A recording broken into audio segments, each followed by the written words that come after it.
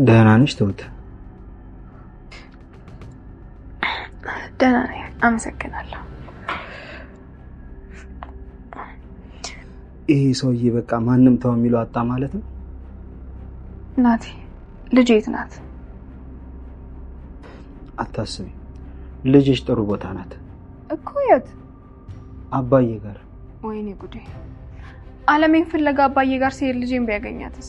መሄድ አለብኝ ናቲ። ልቀቀኝ እንጂ መሄድ አለብኝ እኔ ናቲ። ትሁት ተረጋጊ እንጂ ምን ሆነሻል? ታውቂያለሽ አይደል እንዴ አባዬ ምንም ነገር ቢፈጠር ልጅሽን አሳልፎ አይሰጣትም። ቁጭ በይ ተረጋጊ። እሱን እኮ አውቃለሁ ግን ትሁቴ ግን የሚባል ነገር የለም። ልጅሽ በአሁኑ ሰዓት እዛ መሆኗ ጥሩ ነው። አመሰግናለሁ። ኧረ እባክሽ ታመሰግኛለሽ። ትሁቴ የአንቺን ውለታ በምንም ልመልሰው አልችልም። የፈረሰን ቤት ገንብተሻል፣ የሞተን ተስፋ እንደገና ሰጥተሻል። ምስጋና ከተባለ ሁሉም ምስጋና ለአንቺ ነው መሆን ያለበት። ተው በቃ እሺ አሁን ምንድነው የምናደርገው? ትሁቴ ልጅሽን ለማየት ከቀን ይልቅ ማታ ነው የተሻለ የሚሆነው።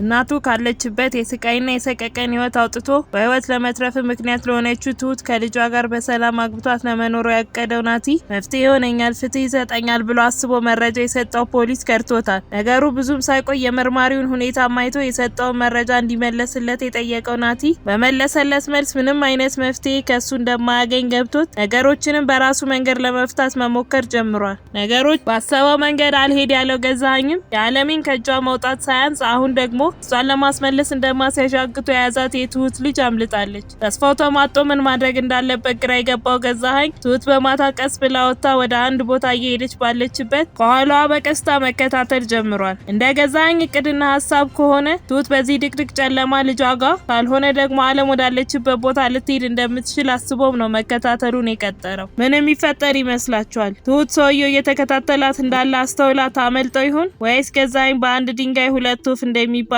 ዓለምን አስቦ የትሁትንም ልጅ ጨምሮ ያገኛት ይሁን? ሀሳብ አስተያየታችሁን ኮሜንት ላይ ጻፉልን። ትሁት የዓለሜንና የናቲን የመገናኘት ፍላጎት ጉጉታቸውን አይታ ገዛኸኝ ቤት ውስጥ ለመገናኘት ተቀጣጥሮ የነበረ ቢሆንም ነገር ግን ሰፈር መድረሳቸውን ተነግረው በሩም ሲኳኳ ቤቲ ትመጣና ትሁት ልትከፍቺ ነው? የእውነት እናትና ልጅ ልታገናኛቸው ነው ብላ ስትጠይቃት ናቲም በመሃል ይገባና ምን ነው የፈራሽ ትመስያለሽ ብሎ ሲስቅባት ትሁትም ትቀጥልና አዎ ይሄ ነገር የሁሉም መጨረሻ መሆን መቻል አለበት ስትላት ቤቲም ቆይ ግን እናንተ እንዴት ብትደፍሩ ነው ጠላታችሁ ቤት ዘው ብላችሁ የምትገቡት? አይጥ ለሞቷ የድመት አንፍንጫ ታሸታለች ሲባል አልሰማችሁ? እኔ እናትህን ብታገኛት ምንም ችግር የለብኝም፣ ነገር ግን አሁን እየተጋፈጣችሁ ያላችሁት ለምንም ነገር ግድ ከማይሰጠው ሰው ጋር ነው ስትላቸው ናቲም ትሁት ቤቲ ትክክል ናት፣ እኔና ለሚዚው ተገናኝተን ገዛኸኝ ከመጣ እናቴን ቢገላትስ ብሎ ሲል ቤቲም ደውይላቸውና እንዲመለሱ አድርጊ ብላ ትላታለች። እስከዛ ሰዓት ድረስም በራቸው መንኳኳቱን አላቆመም ነበር። ትሁትም ከመደውልላቸው በር ላይ ስለሆኑ አናግሪያቸው መጣለው እናንተ ተቀመጡ ብላቸው ትወጣለች። ነገር ግን ትሁት ያላሰበችው ነገር ይገጠማት። በሩን እያንኳኩ የነበሩት እና አለሜ ሳይሆኑ ገዛኸኝ ነበር። አንገቷን አንቆ ማስፈራራት ይጀምራል። እስካሁን የተጫወትሽብኝ ይበቃሻል፣ አለምዬ የት ነው ያለችው ንገሪኝ ብሎ ሲላት ትሁትም ነግሬህ ነበር እኮ እዛ ከሌለች የት እንደምትኖር አላውቅም ስትለው ገዛኸኝም በንዴት አንቺ አይደለሽ እንዴ ለዚያ በቃሻት? የት እንዳለችማ በደም ታውቂያለሽ፣ ያለበለዚያ ግን በድጋሚ የአብርሃም መስዋዕትነትን የምንደግመው ይሆናል ብሎ ሲያስፈራራት ትሁትም እባክህ ገዜ ልጄ ምንም እንዳታደርግብኝ እኔ እኮ የማቆም በሙሉ ነው የነገርኩ ስትለው እሱም በንዴት እናትና ልጅ ማለያየት ላይ ምን ያህል ጎበዝ መሆኔን ጠንቅቀሽ ታውቂያለሽ ብሎ እያስፈራራት ባለበት ሁኔታዋን ናቲ ከሩቅ ይመለከትና በፍጥነት ወደ ቤት ተመልሶ ቤቲ ጋር ይመጣና እታች ያለው ገዛኸኝ ነው? እሱ ነው በሩን ሲያኳኳ የነበረው? ይኸውልሽ እኔ ልጅቷን ይዣት ልጥፋ እባክሽ ምንም ነገር እንዳላየሽኝ ሲላት ቤቲም ግራ ተጋብታ እንዴ ቆይ ለምንድነው እኔ በዚህ ልክ ዋጋ መከፍለው ብላ ስትጠይቀው ናቲም እግሯ ስር ተንበርክኮ እባክሽ ውለታሽን መቼ ማረሳውም ልጅቷን ይዣት እሄዳለሁ ብሏት ልጅቷንም ይዞ ከቤት ይወጣል። በዛን ሰዓት አለም ልጇን ለማግኘት በጉጉት እየተጠባበቀች ነበር። ቀጥላም እባክህ ከዚህ እንሂድ ቆይ ለምንድነው እዚህ የቆምነው ብላ ስትጠይቀው አባዬም ስልኳን እያነሳች አይደለም ትሁት ስልኳን ካላነሳች የተፈጠረ ችግር አለ ማለት ነው ደጋግሜ ነው ደወልኩት እንደውም አሁን መመለስ ሳይኖርብን አይቀርም ሲላት አለምም ዛሬ ምንም ይምጣ ምንም እኔ ልጄን ሳላይ አልመለስም የሱን አይን ካያሁኝ በኋላ ምንም ቢፈጠር እኔ ግድ አይሰጠኝም ብላ ድርቅ ስትልበት አባዬም እባክሽ አለም እኛ እናንተን እየረዳናችሁ ነው ስለዚህ እናንተም ስለ ደህንነታችን አስቡልን ትሁት እስክትደውል እዚህ አካባቢ ቁጭ ብለን መጠበቅ ይኖርብናል ብሎ ያሳምናታል። በዛን ሰዓት ገዛኸኝም የትሁትን ልጅ በድጋሚ እንደማስፈራሪያ ሊጠቀምባት ወደ ቤት ይመጣል። ትሁትም ተከትለው መታ ትገባና እባክህ ልጄ ምንም እንዳታደርግብኝ አለም ያለችበትን ቦታ እኔ እነግርሃለሁ ስትለው ገዛኸኝም እሱን አይደል እንደ እኔ ስም ፈልገው በይ ተናገሪ የት ነው ያለችው ሲላት ቤቲም በወሬያቸው መሃል ትገባና እኔ እኮ ስጠይቅሽ አላቅም ነበር ያልሽኝ እየዋሸሽኝ ነበር ማለት ነው ስትል ገዛኸኝም ደስ ብሎት ለሁሉም ነገር ጉልበት ያስፈልገዋል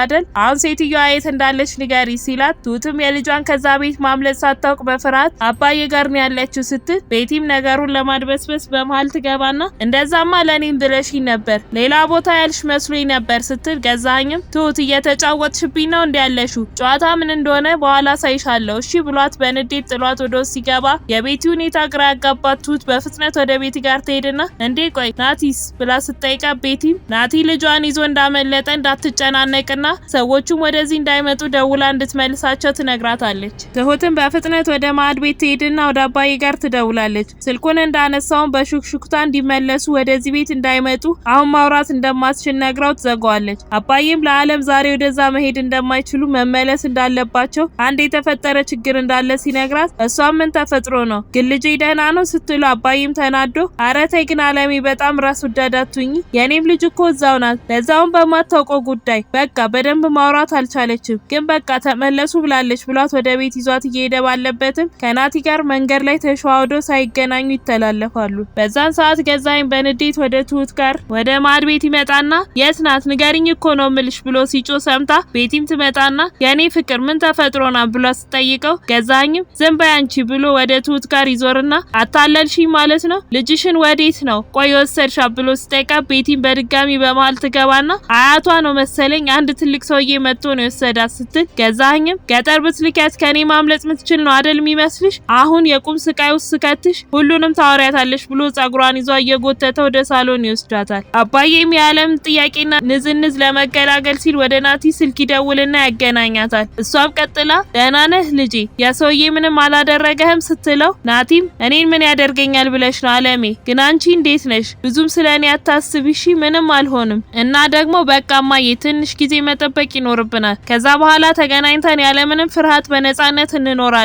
እስከዛው ግን መደበቅ ይኖርብሻል ብሎ አሳምኗት ከአባዬ ጋር ተቀጣጥረውም ስልኩ ይዘጋል። በተቀጣጠሩበት ሰዓትና ቦታም ይገናኙና ማውራት ይጀምራሉ። አባዬም ቀጥሎ እስቲ ስለ እናትህ የድሮ ማንነት ንገረኝ አሁን ያለችውንና የበፊቷን አለሜ ማነጻጸር ፈልጌ ነው ሲለው ናቲም በጣም ጥሩ ቤተሰቦቿን በፍቅር የምትይዝ ከአቅቧ ዝንፍ ማትል ጠንካራ ሴት ነበረች ብሎ ሲነግረው አባዬም አሁን ላይ ግን እንደዛ አይደለችም በጣም የምትፈራና የምትጨነቅ አይነት ሴት ሆናለች ግን ሁሉም ነገር መቀየር መለወጥ ይቻላል እሷም ደህና ትሆናለች አሁን አንተም ጠንካራ ሁን እሷንም ማበርታት ሲለው ናቲም እሺ ግን አሁን የትሁት ልጅ እንዴት ናት ካሳደጓት ቤተሰቦች ተለይታ ተቸገረች ብሎ ሲለው አባዬም አሁን ደህና ናት ግን የተለያየ ቦታ ስለከረመች ትንሽ ተጎድታለች ገና በልጅነቷ መከራዋን አየች እንግዲህ አንተም ለትሁት ውለታዋን መላሽ ሁን ብሎ ተነስተው ወደ የቤታቸው ይለያያሉ። በዛን ሰዓት ላይም ነው ናቲ መርማሪው ጋር ደውሎ እንደከዳው ያወቀው። ወደ ቤትም ሲገባ ትሁትን እያሰቃያት የደረሰው ናቲ